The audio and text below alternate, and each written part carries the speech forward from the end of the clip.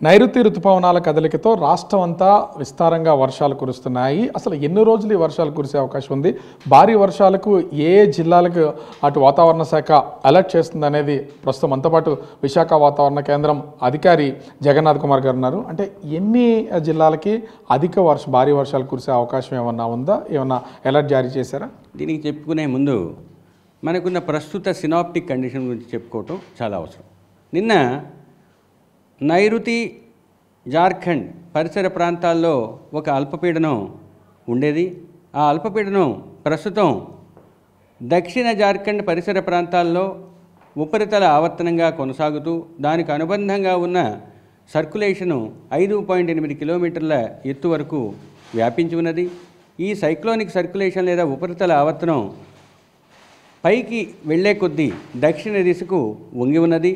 మరియు ఈ పరిస్థితులతో పాటు దేశంలో అన్ని ప్రాంతాలను విస్తరించిన మాన్సూన్ వల్ల ఈరోజు మాన్సూన్ ట్రఫ్ లేదా ఋతుపవన ద్రోణి బికనీర్, బనస్థలి, సిద్ధి మరియు దిఘా మీదుగా తూర్పు మధ్య బంగాళాఖాతం వరకు దానికి అనుబంధ ద్రోణి విస్తరించి ఉన్నది. మరియు రాజస్థాన్, సౌత్ ఈస్ట్ రాజస్థాన్ లేదా ఆగ్నేయ రాజస్థాన్ నుంచి వెస్ట్ బెంగాల్ మీదుగా లేదా నార్త్ వెస్ట్ లేదా వాయువ్య బంగాళాఖాతం వరకు ఒక ద్రోణి 0.9 కిలోమీటర్ల నుంచి 5.8 కిలోమీటర్ల ఎత్తు వరకు వ్యాపించి ఉన్నది. ఈ కారణాల వల్ల రాష్ట్రంలో పలు చోట్ల ముఖ్యంగా ఉత్తర కోస్తా జిల్లాల్లో ఈరోజు పలు చోట్ల తేలికపాటి నుంచి మోస్తరు వర్షపాతం నమోదయ్యే అవకాశం ఉంది. తదుపరి 4 రోజులు కొన్ని చోట్ల తేలికపాటి నుంచి మోస్తరు వర్షపాతం, చివరి 2 రోజులు వారంలో ఉన్న చివరి 2 రోజులు 1-2 చోట్లకు పరిమితమయ్యే అవకాశం ఉంది. దక్షిణ కోస్తా జిల్లాల్లో ఈరోజు కొన్ని చోట్ల తేలికపాటి నుంచి మోస్తరు వర్షపాతం, మిగిలిన 6 రోజులు కూడా 1-2 చోట్ల తేలికపాటి నుంచి చిరుజల్లులు పడే అవకాశం ఉంది. అంటే ముఖ్యంగా అల్పపీడన ద్రోణి ఏమన్నా ఏర్పడే అవకాశం ఉందా? ఆ సూచనలు ఏమైనా కనిపిస్తున్నాయి? ఇప్పుడు ప్రజెంట్ ఉన్నవంతా కూడా మాన్సూన్ లేదా ఋతుపవనాలకు సంబంధించిన అప్పర్ ఎయిర్ సర్క్యులేషన్స్ మరియు ద్రోణుల వల్ల ఈ వర్షాలు పడుతున్నాయి. రాబోయే వారం రోజులు కూడా అటువంటి పరిస్థితులే ఉండే అవకాశం ఉంది. మరియు రాబోయే 5 రోజుల్లో ఉత్తర కోస్తా జిల్లాల్లో వీటితో పాటు వర్షాలతో పాటు ఉరుములు మెరుపులు కూడా కొనసాగే అవకాశం ఉంది. ఈ ఉత్తరాంధ్ర జిల్లాలకు సంబంధించి ముఖ్యంగా ఈ 6 జిల్లాల్లో అసలు వర్షాభావ పరిస్థితులు ఎలా ఉండబోతున్నాయి? ఏమైనా జాగ్రత్తలు తీసుకోవాలా? వర్షాభావం ప్రస్తుతానికి లేదు. వర్షం పడుతూనే ఉందిగా.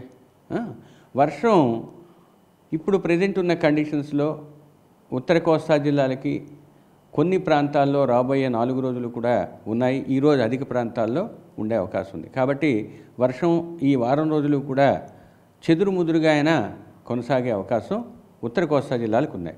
ఇంకా కోస్తా జిల్లాల్లో రాబోయే 5 రోజులు కూడా భూ ఉపరితలం మీద సుస్థిరమైన బలమైన గాలులు 40 నుంచి 50 కిలోమీటర్ల వేగంతో వీచే అవకాశం ఉత్తర దక్షిణ కోస్తా జిల్లాల్లో కొన్ని చోట్ల ఉండే అవకాశం ఉంది.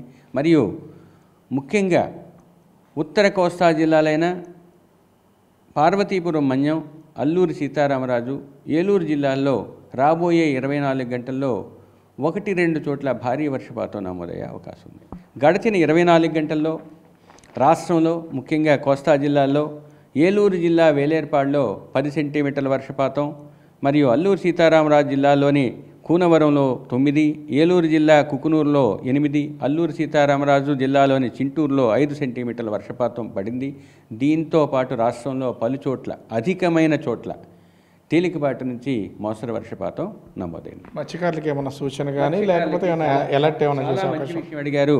ఈ మాన్సూన్కి రిలేటెడ్ గ్రేడియంట్ ప్రెషర్ గ్రేడియంట్ ఉండటం వలన ముఖ్యంగా ఉత్తర కోస్తాని ఆనుకుని ఉన్న తీరం వెంబడి 40 నుంచి 50 కిలోమీటర్లు గరిష్టంగా 60 కిలోమీటర్ల వేగంతో ఈదురుగాలులతో పాటు అటువంటి వాతావరణం కూడా ఉన్నందువల్ల మత్స్యకారులు రాబోయే 4 రోజులు కూడా కోస్తా తీరం వెంబడి ఆవల కూడా వేటకు వెళ్ళవద్దని హెచ్చరించడం జరిగింది.